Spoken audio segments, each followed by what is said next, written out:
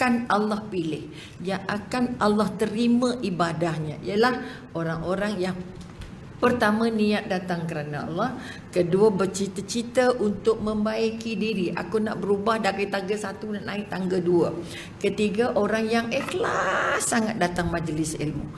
Kerana yang datang ramai-ramai kerana manusia, atau yang datang ramai-ramai kerana penceramahnya, atau datang ramai-ramai kerana bukan kerana Allah, walaupun ilmunya dah sampai shilling, tapi Allah tak terima, nanti sia-sia dan rugi. Sebab itu kita kalau kita ulang balik kisah tiga yang akan masuk ke syurga. Pertama orang yang mati syahid, kedua orang yang mengajar ilmu, dan ketiga orang yang bersedekah. Tiga orang yang tak dapat ruang walaupun sudah buat kebajikan ibadah yang sangat besar.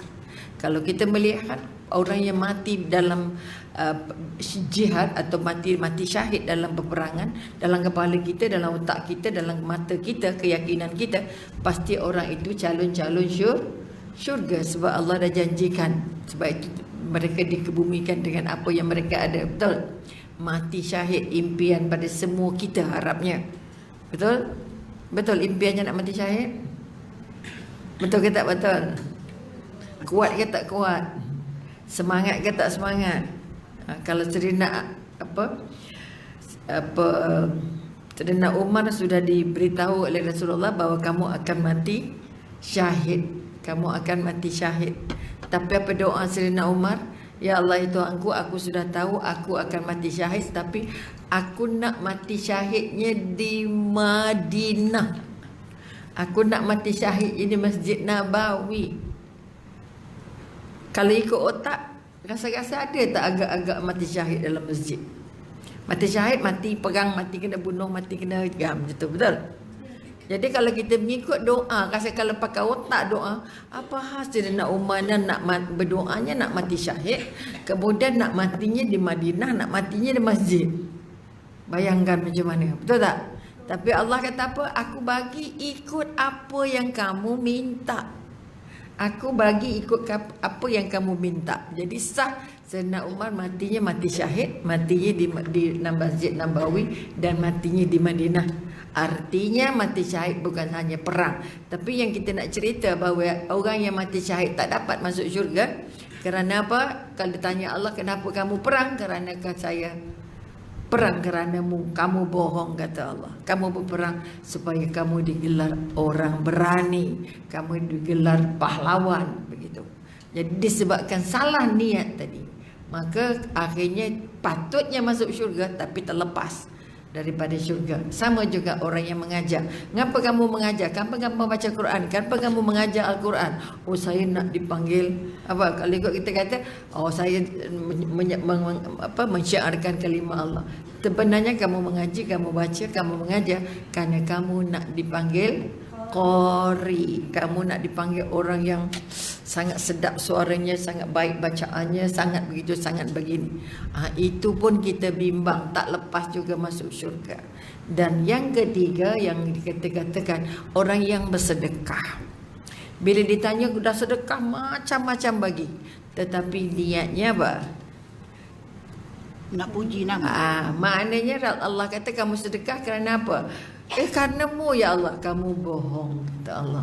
Kamu bersedekah supaya kamu digelar dermawan. Maka sebab itu datang yang hadis Nabi mengatakan, ada orang jadi wali Allah ketika di tempat ramai, tetapi jadi wali syaitan bila sendirian. Ini yang paling kita takut. Dia nampak baik, nampak warak, nampak hebat, nampak santun, nampak alim, nampak segala yang terbaik ketika dalam majlis ramai. Okay, ini Umi pernah dapat satu kes aduan dari isteri. Suami saya tak solat, tak gitu, tak gini, tak gini. Tapi bila keluarga dia datang ke rumah, datang kunjung ke rumah, oh tokoh jadi imam.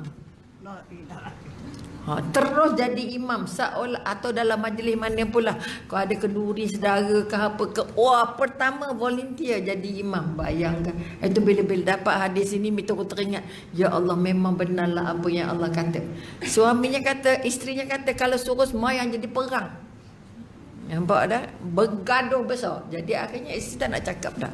Tapi itulah bila siapa-siapa datang, bila ada kenduri kenarai keluarga yang dia datang, oh lama. Saya tak tahu nak cakap, doktor. Isteri sampai tak terkata. Semayang partunya Ida, Jumaat Ida, apa Ida. Okay. Tiba-tiba jadi imam. Bayangkan, maknanya ada ilmu tentang solat, tapi tak ada kekuatan dan keyakinan sampai ke hati.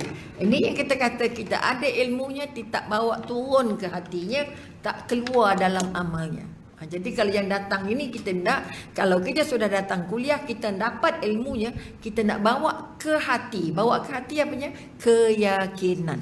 Yang paling penting setelah bawa ke hati, bawa keluar. Bawa keluar maknanya keluarkan dalam penampilan, keluarkan dalam perlakuan harian, keluarkan dalam amal harian, keluarkan dalam bentuk mengajar. Itu 3 kekuatan. Kongsikan.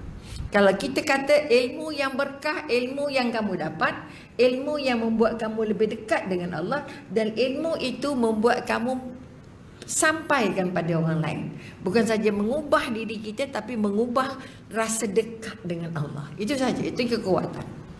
Itu kekuatan yang kita nak anggap. Sebab itu kalau kita bercakap, katalah apa yang sedang berkisah dalam minda orang sekarang, yang paling menakutkan,